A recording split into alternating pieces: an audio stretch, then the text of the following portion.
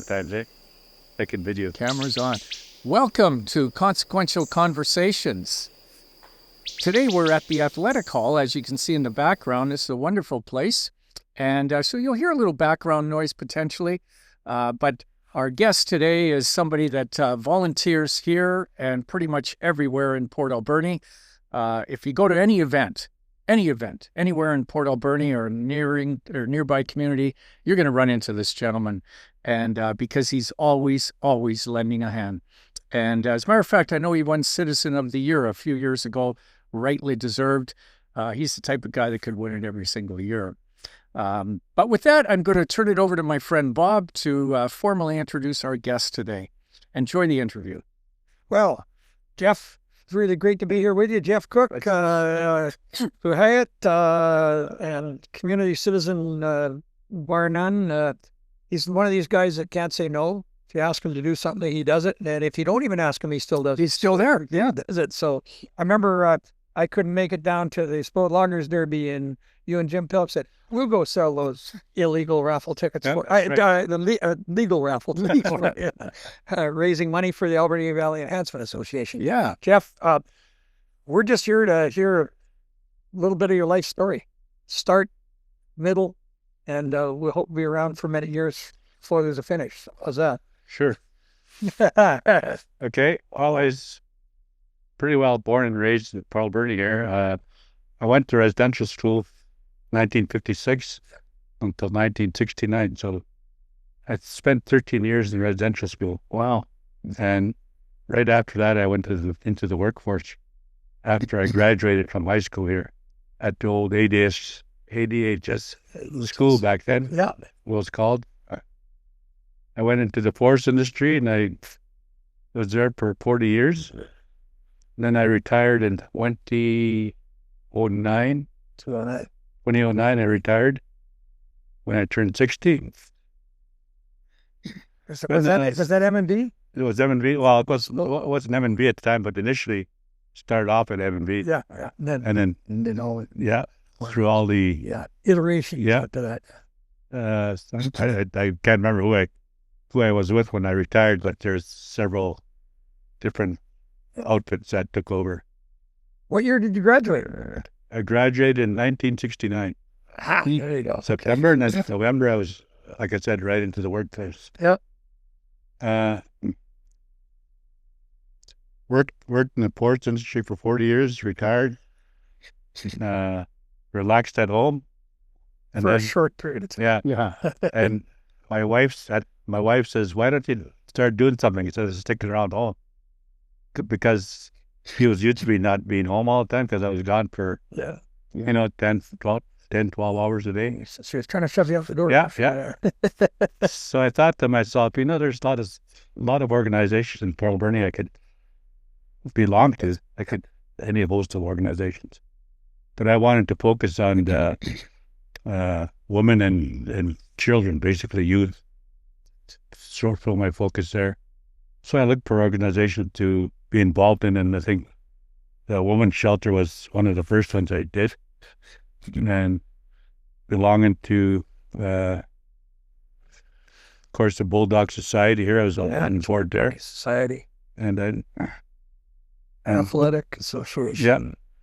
And I volunteered. I joined Rotary because there's two Rotary clubs in Port Alberni, and the one I joined focused on youth and education, which I support. Yeah. Well, interesting. All three of us were on the Junior Hockey Society board at some point. Yeah, and that. Okay. So it was and that was a challenge too. We were was back then. Challenge keep in the early days. Yeah. So on other things you're on right now, I'm just trying to think. I'm on the Port Alberni Port Authority, of course, the Bulldog Society. This here, I guess the biggest reward to me was bringing up foster children, our family, me and my wife, Laverne. Yeah. Throughout our life, we've through various stages, might have been just for a weekend, or a couple of days, but we've had foster kids in our home pretty well all our life, adult level, Yeah. up to maybe 35. And we've raised them, Yeah. In fact, we still have one at home. He turned 17 and he's been with us since he was a baby. Wow, really? Wow. And we That's graduate next year. That's good. that's Yeah. quite a commitment. Yeah. And then you have grandkids too, because I often see you with young kids as well. Well, we have 7 of our own, but they're all grown up. Okay. But we raised kids, and one family, not related, but in our culture, we've always been taught to raise them as your own. So naturally, they'll call us grandma and grandpa. Oh, yeah. And I still do it to this day. That's cool. Even though we don't have any blood ties. Yeah. Yeah.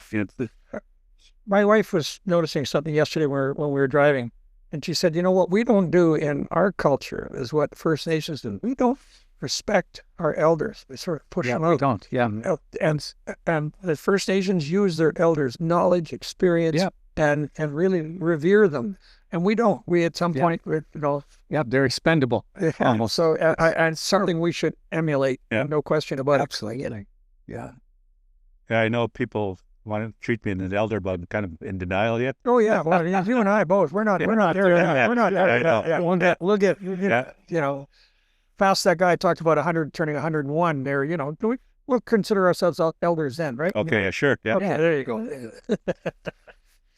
No, so Port Alberni all your life and working life, was it Franklin Cameron or where? That was Franklin Cameron, Sherita. Yeah, and your connection, were you who Hyatt?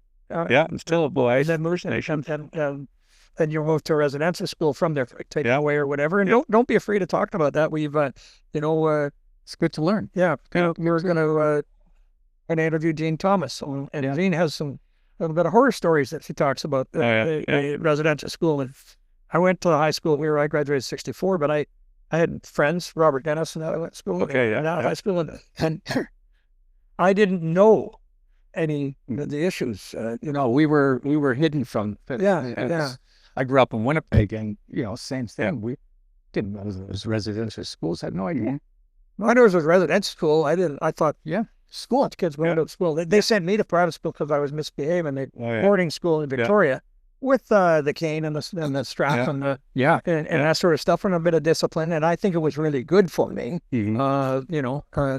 But not all residential school experiences as. The sad fact about it was you were away from home for that's the 10 biggest months thing. of the year. Biggest, For for as long as they were there, eh? By the time you went, I know the band talking in native tongue. For went away. That didn't make much sense. I noticed New Zealand's gone trilingual, or at least bilingual.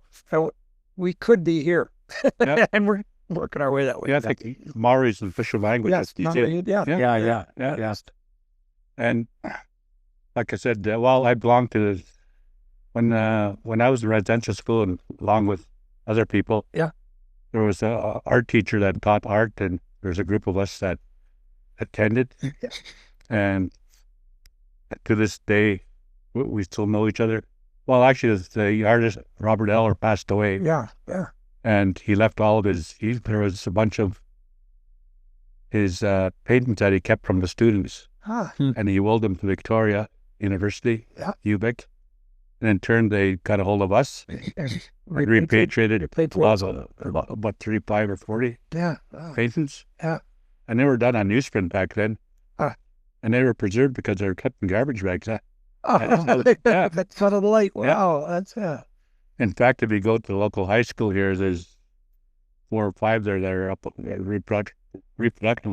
Wow, I'm going to take a look because we do the breakfast program at Sumal School, and I like some of the art that started to show in the nose there.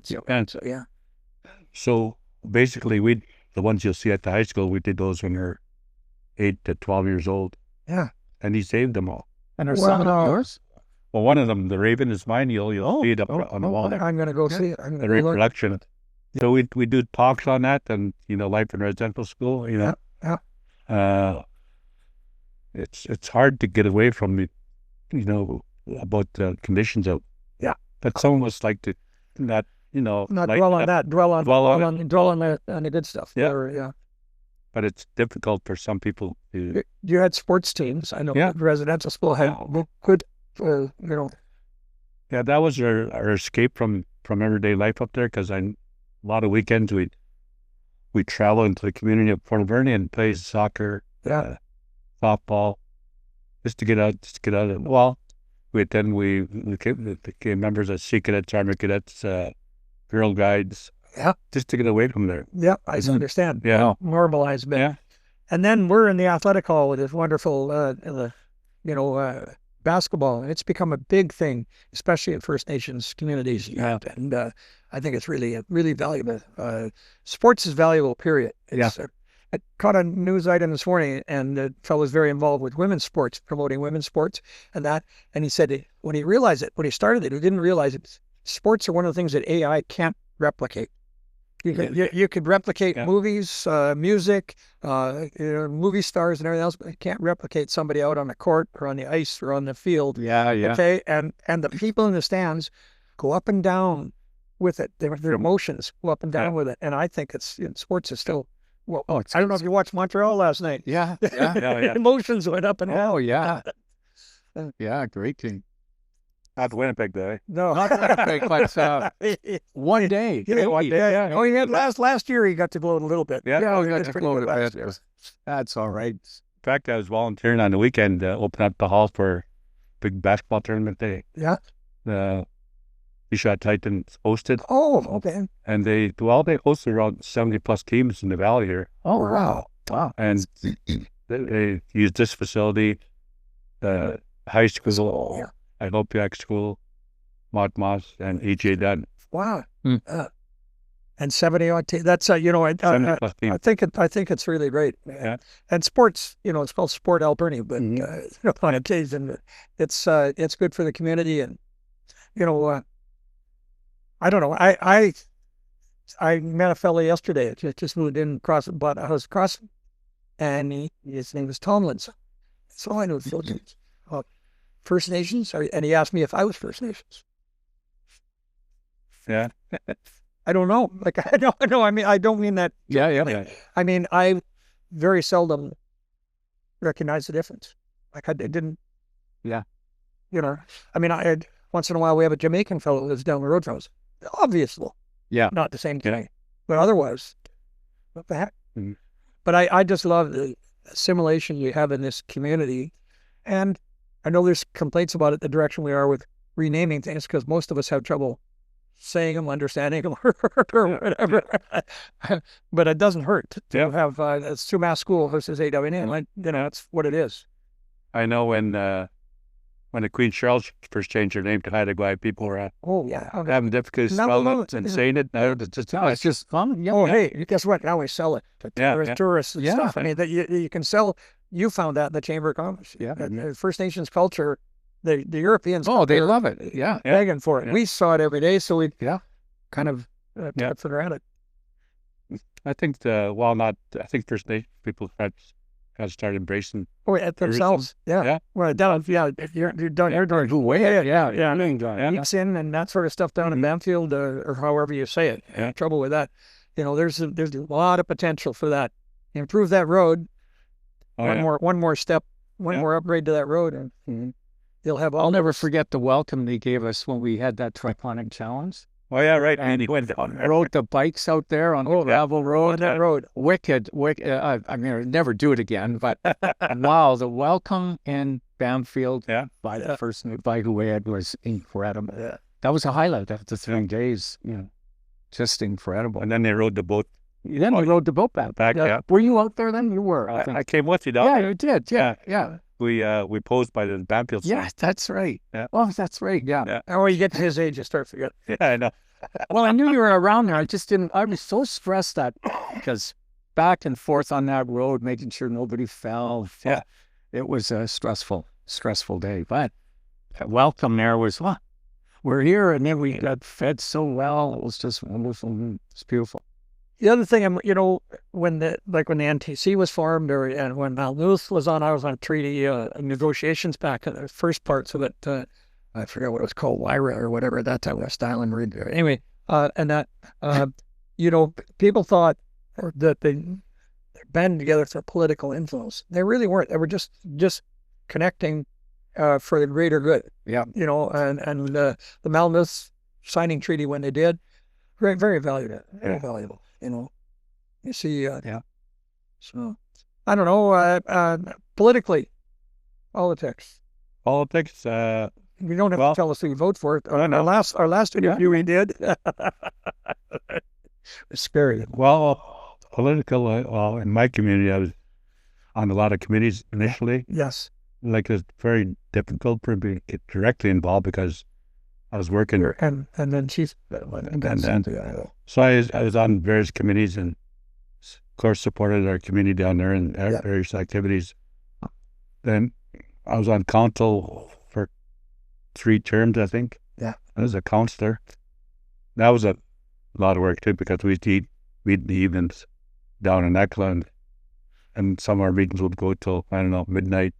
That's still 1 o'clock. You were living there? I was living here, yeah. Oh, boy. And then I had to get up at 5 o'clock in the morning to go to work. Yeah. Yeah. Oh. And there's 2 of us like that. Oh, wow. We had to do that. You know, we survived. And the road in those days. So Yeah, it it was all gravel. Then,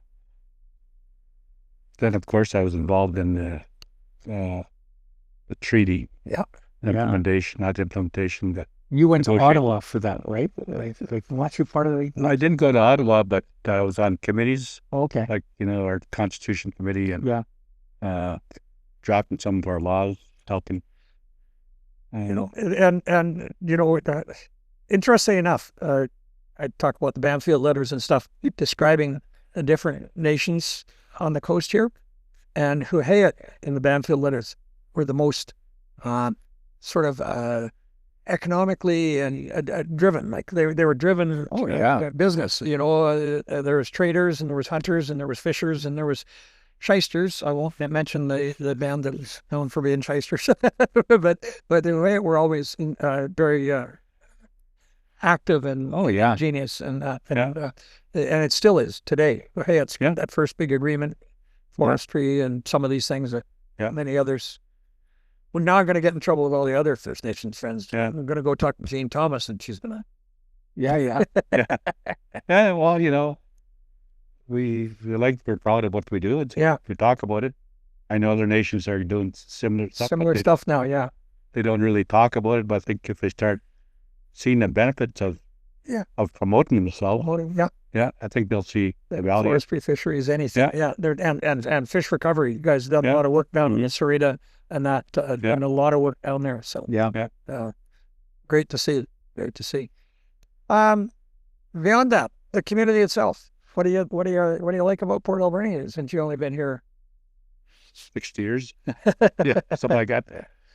Yeah, 55 years. I lived in Eckland for as a child. I left Port Alberni here. Oh, okay. Oh, so then I moved back there. I moved down there for 8 years. But it didn't quite work out, so we moved back down, purchased a home, and been here ever since. So Port Alberni itself. I mean, you're involved in so much. Everything from Rotary on. We've had all the games here. I know you volunteered in some of those because you volunteer at everything. Highlights. A couple of highlights. What's your highlight? Well, I know I belong to Toy Run. Yeah.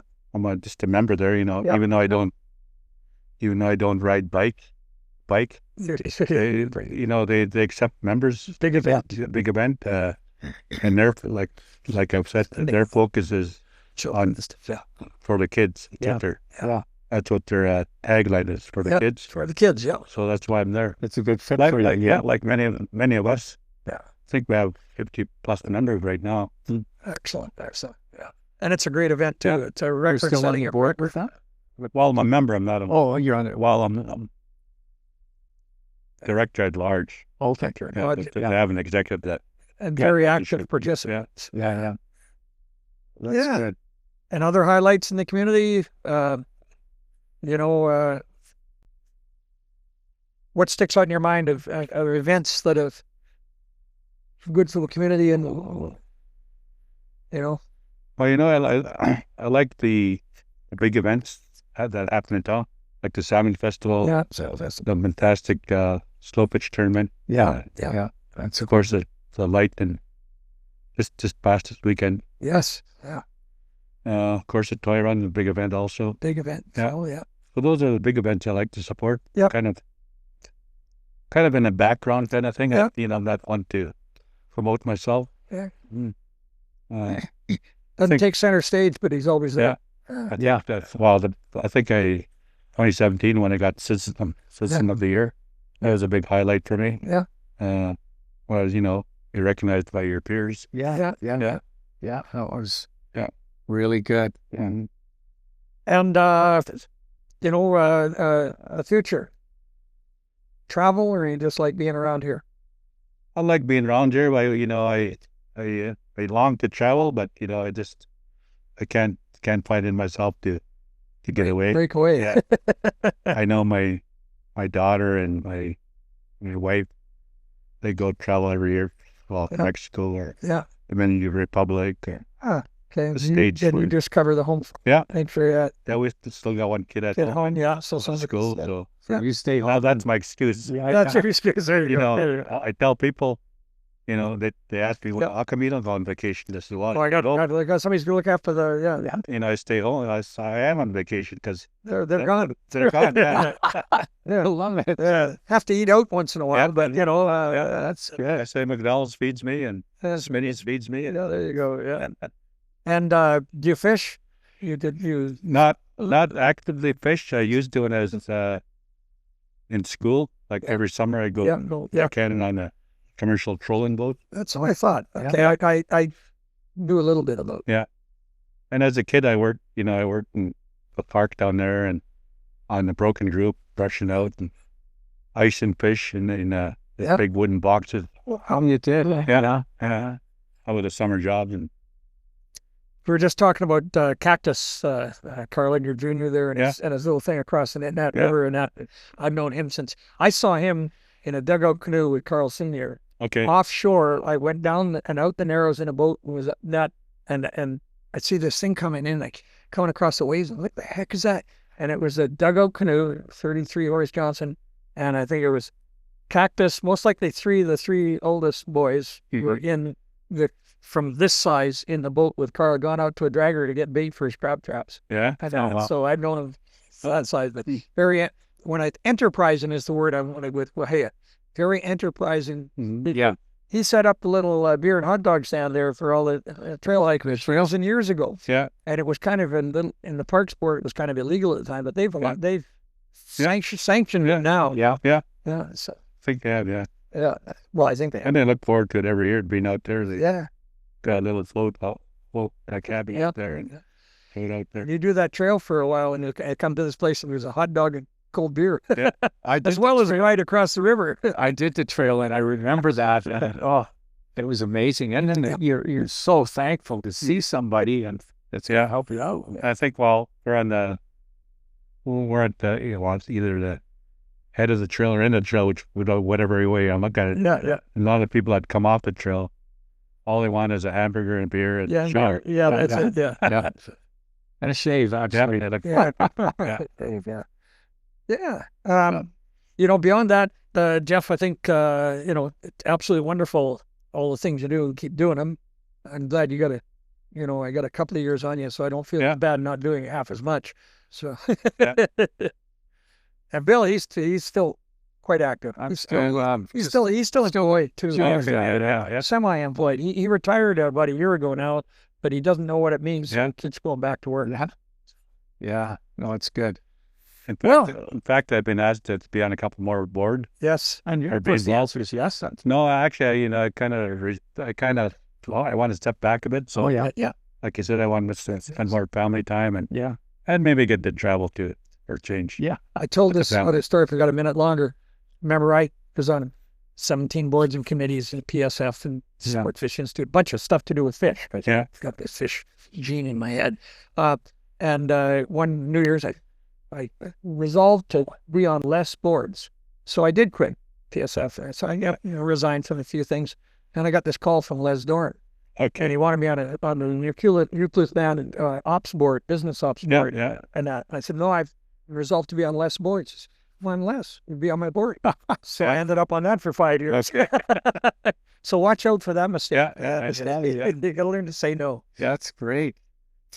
Well, there you have it. What a great conversation with Mr. Jeff Cook, Huayet, and just an all-around great guy. And as you can tell, he's always lending a hand. And he just said he's not gonna volunteer on these boards. I don't really believe him. So I don't think we believe him. I'm sure we'll find him out there again, and we'll certainly see him at Bulldog games. So thanks very much, Jeff. Thanks, Jeff. Yeah, excellent. Been a pleasure. Thanks. Likewise. Yeah. So there you have it. Consequential Conversations. Find us on YouTube or wherever you get your podcasts.